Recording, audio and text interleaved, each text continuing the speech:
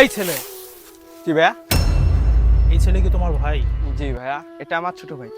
ঘটনা কি সত্য? হ্যাঁ ভাইয়া, ঘটনা সত্যি। আমার তো বাবা মা নেই। ওকে বলছিলাম আমার সাথে পড়ালেখা বাদ দিয়ে আমার সাথে কাজ কর, কিন্তু কাজ করে নাই। তাই জন্য আমি তো ওকে মারছি। আচ্ছা, ঘটনা যদি সত্যি হয়ে থাকে তাহলে আমি ওকে একটা স্কুলে ভর্তি করিয়ে দিই। তোমার কি মতামত? এটা তো খুব খুশির খবর ভাই। আপনি যদি ওকে পড়ালেখার দায়িত্ব নেন তাহলে আমার জন্য অনেক উপকার হয়। তো টাকা পয়সার অভাবে আমি ওকে পড়ালেখা করাতে পারিনি। আচ্ছা ঠিক আছে, তাহলে তুমি কাজ করো, তাহলে দেখি ওকে নিয়ে আমার কি করা যায়। আমি আর পড়ালেখার ব্যবস্থা করতেছি। আচ্ছা ভাই।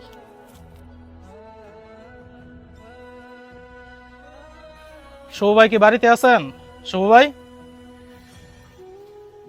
আরে এই টাইমে আবার কে আসলো?